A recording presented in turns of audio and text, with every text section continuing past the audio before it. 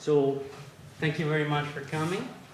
I'm delighted today to speak to you about a project that with Elias Papaioannou, which is here sitting in the crowd, and Stanis Mikalopoulos from Rome, we've been working for the last 4 years.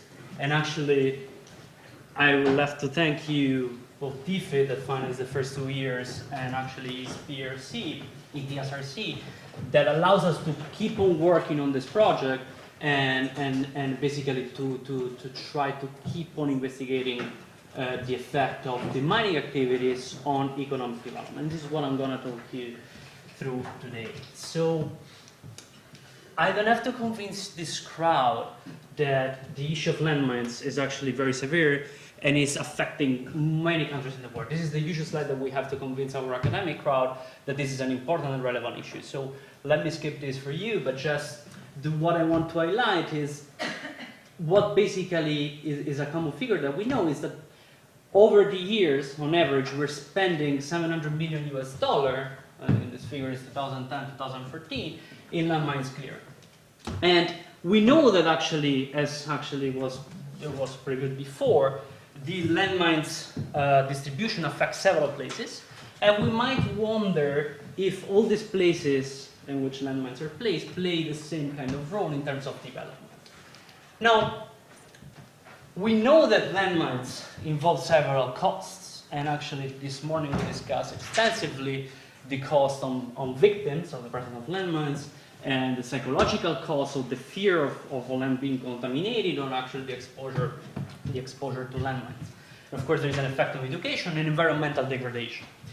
But there is even another cost, that is economic activities. So the cost is basically whether we can access a market, whether we can access the land, whether we're able to move freely inside the country, and whether people and goods can flow around, right? And this is what I'm actually focused on. And I would try basically to answer this question. So as I mentioned before, we know how much money we're putting into the mining activities. But are we able to tell, on top of the humanitarian gains that we are obtaining, whether there are economic returns on this investment? So our research, as I was saying, the result that I will preview today is basically a comparison between a country that emerged before, Mozambique, and Cambodia, okay? Because this is actually a project that was started as ALO, as Eka was saying. ALO told us that this was an interesting environment to study, and we want to see, basically, we want to make this comparison between a country that was fully cleared in 2015, Mozambique, and a country in which clearance is still happening.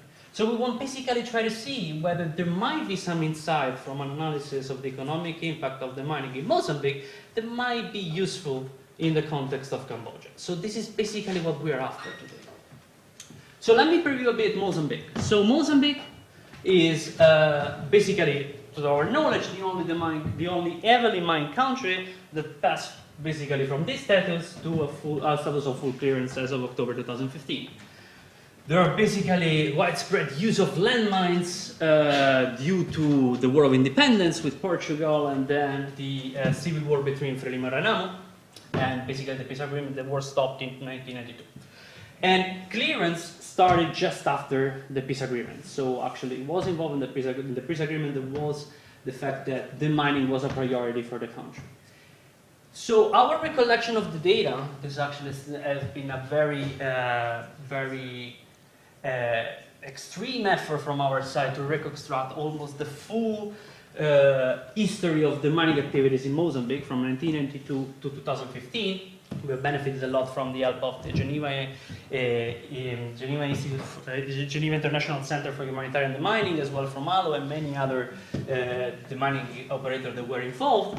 And our recollection is basically the number of mines deployed in Mozambique were around 300,000 between landmines and nukes, so close to 7,000 location of minefield and nukes in the country. And there is, as I will show you, heterogeneity on location and actually on the objective of the placement of landmines. And if I have to summarize a bit this long-term project of the mining activities that lasted 23 years, the operation were not much coordinated and took place, at least in the first phase, under a chaotic situation with very low state capacity, and this led basically to some element of quasi-randomness in the way in which tasks were prioritized and how the landmines were cleared. And then let me tell you something about Cambodia. So Cambodia is another heavily mined country, and as for Mozambique, the mining started in 1992 as well. There were many actors that planted landmines in the country, among others the Khmer Rouge in the Pol Pot regime from 1975 to 1979, then the Italian army that actually plugged the border between Cambodia and Thailand with a lot of minefields, and actually the Vietnamese-controlled People's Republic of Cambodia, that was actually Cambodia between 79 and 89, did the same. And actually a difference between Cambodia and Mozambique is the prevalence and the importance of UXO contamination. I mean, the US between 1965 and 73, they basically bombed massively the southern part of the country in their war, basically in their operation in Vietnam. And this actually, they were trying to bomb the Ho Chi Minh Trail. This is why that area is so black with landmines. And in terms of clearance, since 1992, there are several, so there are mainly two national operators involved, CIMAC and actually the NPMEC. And the two main, so the humanitarian actors that are involved, the main operators are ALO Trust and MAC.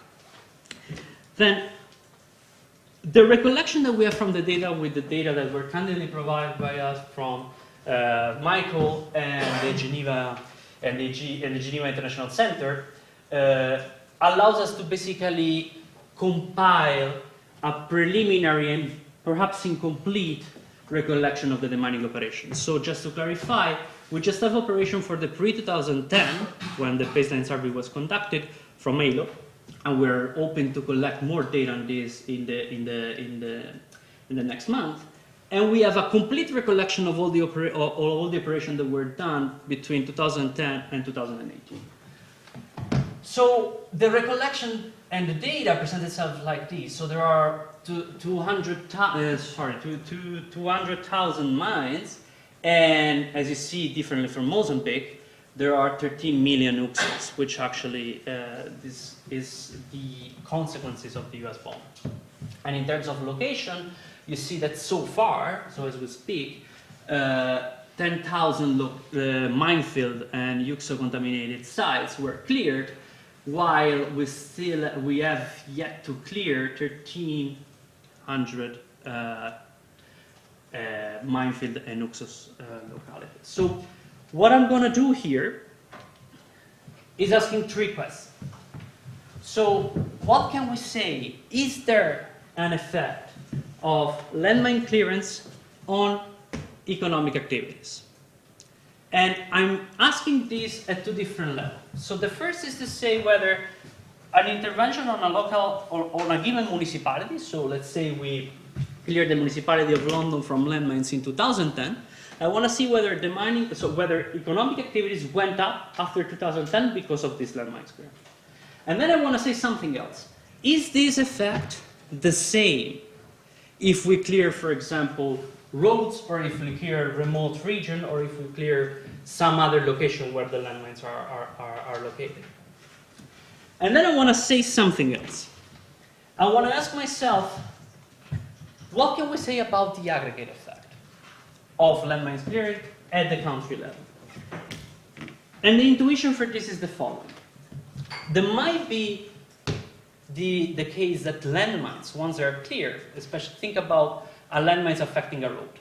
When you clear that landmines on a road, you not only clear and unleash the potential of the growth of that particular localities, but you are allowing different places that are connected to the network to benefit from the clearance. Right? So you have basically a spillover effect, and places can be connected again. we want to try to say something about this, and I will offer you, and actually what the market access approach is a technique to capture and to measure these effects.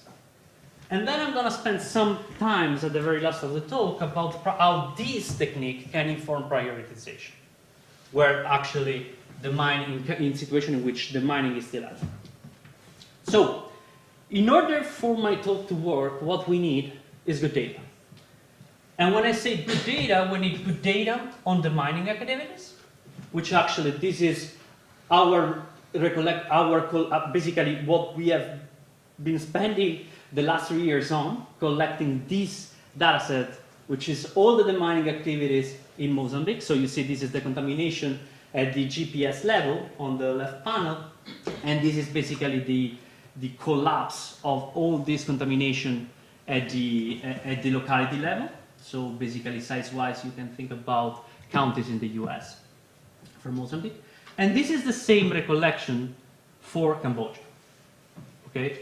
So again, on the left-hand side, you have the GPS intervention data, and on the right-hand side, the aggregation at the locality level. Now, in order for the machinery to work of the technique that I will explain now, you need good data on infrastructure. And hopefully you need data on infrastructure around time varying. So here, for example, in Mozambique, you see on the left panel the colonial infrastructure that were built by the Portuguese in 1970, and now the infrastructure evolved over time, and this is the depiction of 2015 net, right? This is the situation for Cambodia in 2015. So as of now, for this project, we're trying to get a decent map for 1970, but basically what you want to distinguish here is how the network allows for connectivity amongst all the localities in the two countries, right? So you distinguish between railways, paved road and quad, so the quality of the road, paved road, unpaved road, and trains. And then you need, this is actually quite tricky, a proxy. So it's tricky if you work in countries that are conflict affected, right? And so you're trying to measure which is the development level of Mozambique in 1992. Well, the first problem you have is that you don't have a statistical agency that would tell you the GDP at the locality level for this country is this number. Because of course there is no statistical agency that can give you that. This is a country that is building its own institution. So the trick that we use in our research is basically to use some remote sensing technique. And especially we look at the data on luminosity.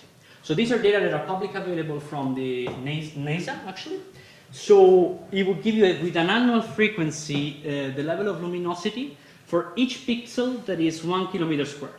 So you know, for example, if a particular pixel in 1992 was lit or not, or which was the level of luminosity. And you know the same for 2015. Well, of course, this is the advantage of being a comparable measure, not only inside a country, but even cross-country. So you know that you're always comparing development indicators that would tell you something about development and urbanization, or broadly speaking, economic activities in the country.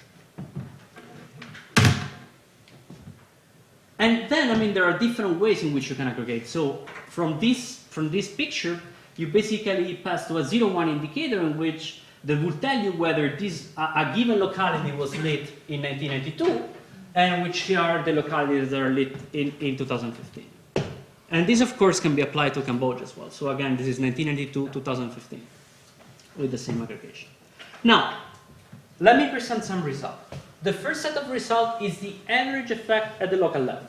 So the idea here is I'm comparing a municipality or a locality that was clear in a given year, and I'm comparing its evolution of luminosity versus those municipalities that were not affected by landmines and those that are not clear yet. Okay? This is what the Mozambican history would tell me.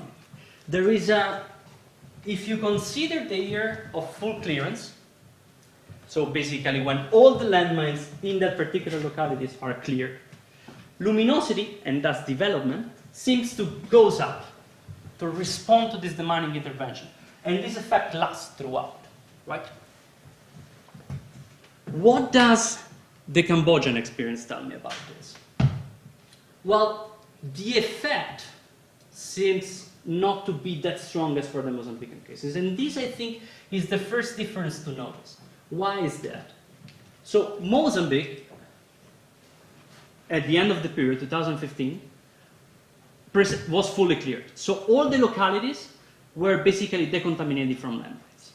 While on Cambodia, by 2015, only 3% of the affected localities, which sum up to 1,854, only 22 of those were cleared, right? And this seems to hint to the first fact. So in order to see a local effect, you need to do the job, to fully do the job at the unit of observation, the locality level. So, and this speaks actually to some aspects that were highlighted before. People, even if you clear one particular minefield, they might still fear the presence of other landmines.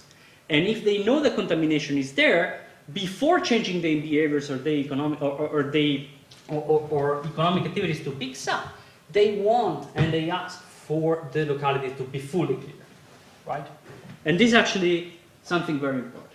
But then you might ask yourself, is this average effect hiding something else? So, saying in another way, are all clearance the same? For example, in Mozambique, we tried one thing. We knew the importance of local agricultural market. And so we tried to see whether the effect on luminosity was higher when the miners on the ground were fully clearing localities that contains an agricultural market. Then you see actually economic activities goes up even more. We even tried this heterogeneity with the connectivity and the connection to the transportation network. So this is Mozambique. So as you see, the effect was positive, right, on average. But there is some heterogeneity even here. So the effect for the non-connected areas, which are particularly the border areas that were referred before, seems not to benefit that much for clearance in terms of this indicator that we're using as development. But places that were connected to the transportation, and more so places that were better connected to the transportation network, benefit extensively from landmine clearance. And economic activities went up even more. Now, you remember Cambodia. There seems not to be any effect. Well, the same pattern emerged. If you clear non-connected or not so good connected places, the effect is still not positive, actually it's negative. But if you look at the better connected places, the benefit from landmine clearance are there. And if you are an economist, these already start make you thinking a lot. And why is that? Because we know that if you basically clear a road, as I preambled before, you're unleashing something else. And let me show you what we're talking about. If a landmine is affecting the transportation road, what this landmines is doing, irrespectively of the number of landmines, is isolating and fragmenting the markets, right? So people cannot commute, they cannot reach each other. And this is what the landmines is destroying, the connectivity of the market. And there is another consideration. If this is true, the mining, so the presence of contamination, is affecting even the districts that are not affected by landmines. So when you demine, you indirectly make benefits all the other districts, irrespectively of their level of contamination. And this is actually quite important. But the question is, how can we measure this? So how can we internalize this spillovers effect from the mining on road towards other localities? With a market access approach. So this approach, this technique, was developed in trade economics literature, and is basically relying on some spatial general equilibrium trade assumption, which I'm not going to talk about today. But the intuition that I want you to tell is the following. So what market access capture is the potential for trade across all connected localities. Okay? So basically, what this is capturing is the following. So I know, for example, Panos is a very populous and high potential localities on which I can trade, and I want to capture what this connectivity means for me, right? How do we implement this? In the following sense. So we need a transportation network, the picture that I showed you before. So like roads, railways, and other infrastructure. We want to measure and we want to know which is the transportation cost of connecting me to panels. Once I aggregate all the transportation costs, all the different relationships between myself and all of you, okay, I have my market access measure. So it would tell me how much I benefit from being connected with all of you. And this, of course, will be linked to income or welfare or any measure of development. Now, where does landmines contamination enter? Well, it's pretty simple. Landmines affect the connectivity in the transportation network. And let me show you a very simple example of what we're thinking. So this is the south of Mozambique. Here is the capital Maputo, and there, at the top, is the rural municipality of Funhalauro. So imagine of asking yourself, how do you connect Maputo with Funhalauro in 2015? So you go on Google and Google Earth and you ask, I mean, how long is going to be this trip for me? Well, Google would tell you that you have to take the N1 highway and go up till you reach basically the junction with Funhalauro, and this would take you 15 hours. Now, you would like to know, in 1992, where contamination of landmines was actually at its highest, how long would have taken you to do this? So our estimates would tell you that you couldn't take the N1 because this was actually fully mined, and then you had to go for alternative routes, right? We estimate basically how costlier this would have been, and this translates in a 35 to 40 hours drive. So you see, if you interpret this as the cost of reaching one place, of course you see that between 1992 and 2015, the cost decreased by 4 times, right? This is actually, and this is the intuition that we want to apply to this technique. Of course, you will repeat this for each point in time in which you have data, and for all the localities in the country, right? So you will construct this measure that will be an aggregate representation of all the connectivities in a given country. Now,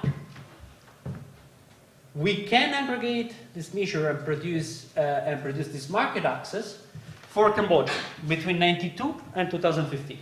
And this maps is actually plotting the change in market access. So it's basically telling, given the mining activities, right, how large was the change that localities experienced between 92 and 2015, right? So the darker areas are the ones that benefited the most in terms of market access, and actually the brighter one are those that benefited the less.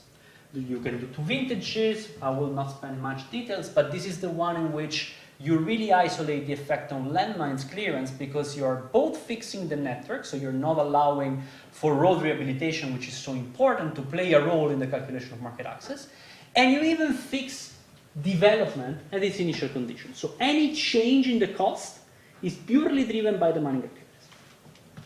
Now, once you obtain this measure, right, which actually contain all the effects at the country level, you see that the benefits of the mining activities through the market access are actually very large.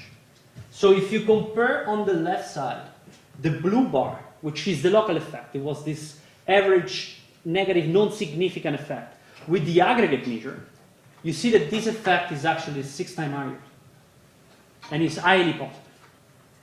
There is even another way, perhaps a much cleaner way, of identifying the spillover effect, so this aggregate effect of the mining activities. Focus on those localities, which is and this is the right column, that were not contaminated by landmines. Well, the effect that you get and the benefit is exactly the same in size. It means that the mining activities benefits at the same magnitude, affected localities and non-affected localities.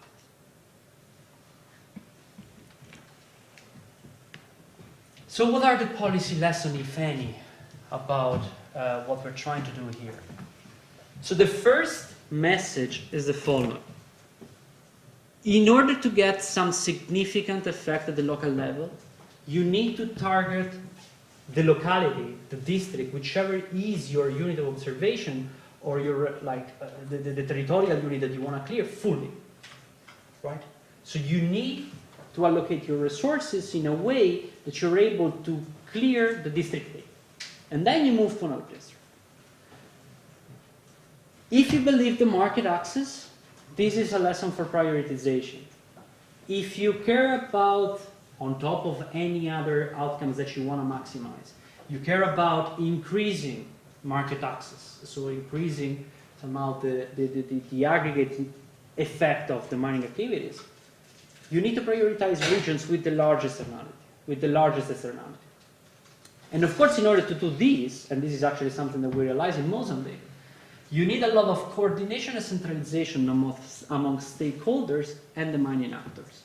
Because of course, this is something that is a clear message that comes from economics. Whenever you have externalities, decentralization does not work. So you really need to centralize your decision to make it more efficient, to make actors speak one to each other to implement this.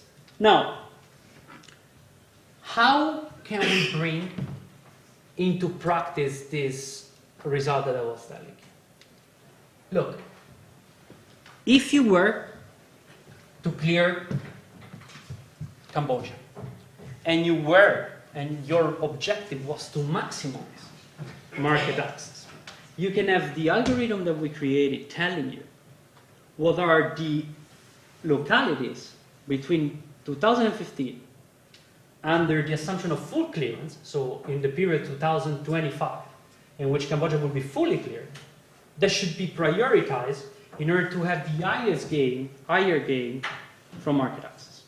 And this is actually a tool that we think, under several assumptions, might be one step forward toward setting transparent and actually objective prioritization measures. And let me just tell you where we're going with this. So we're actually collaborating with the GICHT to integrate the market access and this technique into a software that they developed, which is the Prisma software. And what we would like to offer is, under different scenarios of different kind of clearance pattern that you might do, you might want to know which is the locality that you want to maximize if you care about market access, right? And then you can actually play around with the software and setting different benchmark indicators, for example, access to hospital and access to schools, and weight this different prioritization scheme in order to have some kind of prediction out of it. And what we are working, and this I think is another important insight from our research, is that networks, so the network configuration, the transportation network in which you are intervening when you do the mining matters a lot. And this presents several actually, like if you want, a research problem, which you might think, so in this example that I showed you, for example, this is like a very crude scenario in which you're basically assuming that you will be able to clear the country simultaneously, right? But the way in which you then target the mining and your prioritization might change the importance of the different delta, so the different changes in the market access. And we're trying actually to come up with a solution to this problem. And then, of course, which I think is key, given the reality in which we're operating, how to think about optimal prioritization, given a benchmark, that in this case would be market access, if we are constrained both in terms of resources that we can devote, and we're constrained both in the logistic of reaching different places that are the mine. Because one thing is me on a computer telling you, yeah, you should go there, and then you tell me, yeah, but how do I reach it? I mean, and these are all possibilities that we're trying to internalize. And at the same time, we're trying to see whether we can derive optimal prioritization prediction when you have multidimensional parameter, meaning objective, as I was saying. So you want to maximize at the same time the access to school, the access to wealth, and the market access. How do I solve this problem? And this is actually what we are currently working about in order to improve this methodology that we think might actually be relevant for both measurement of the mining activities on development and for prioritization. So, thank you very much.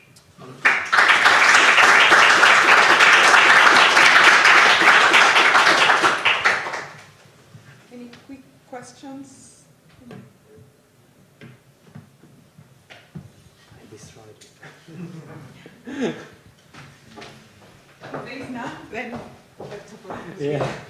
We're running out of time, but No problem.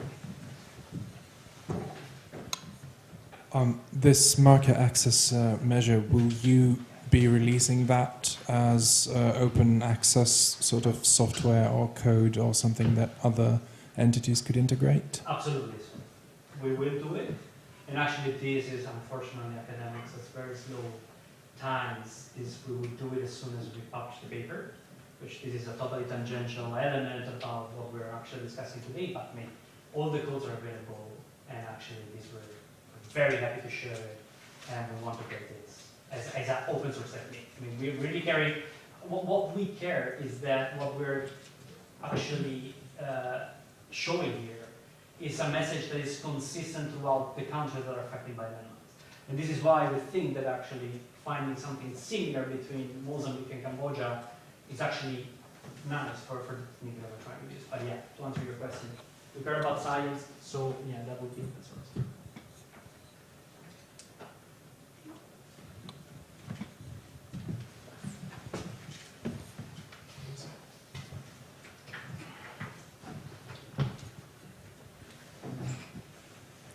I understand prioritizing the different areas, but how do you explain to the ones that are not in the prioritized areas that they will come afterwards? There is an issue there of having to discuss things with people, and as soon as there is someone who dies in one of those areas, they will start pointing fingers at whoever is carrying out the works. Yeah, can I answer your question? Isn't this what we are doing? But we are not explaining people that we are prioritizing something or something else. So, yeah, I mean, this entails very serious discussion, very crystal clear discussion, very transparent discussion, but at least with some objective that we can debate, but they're there.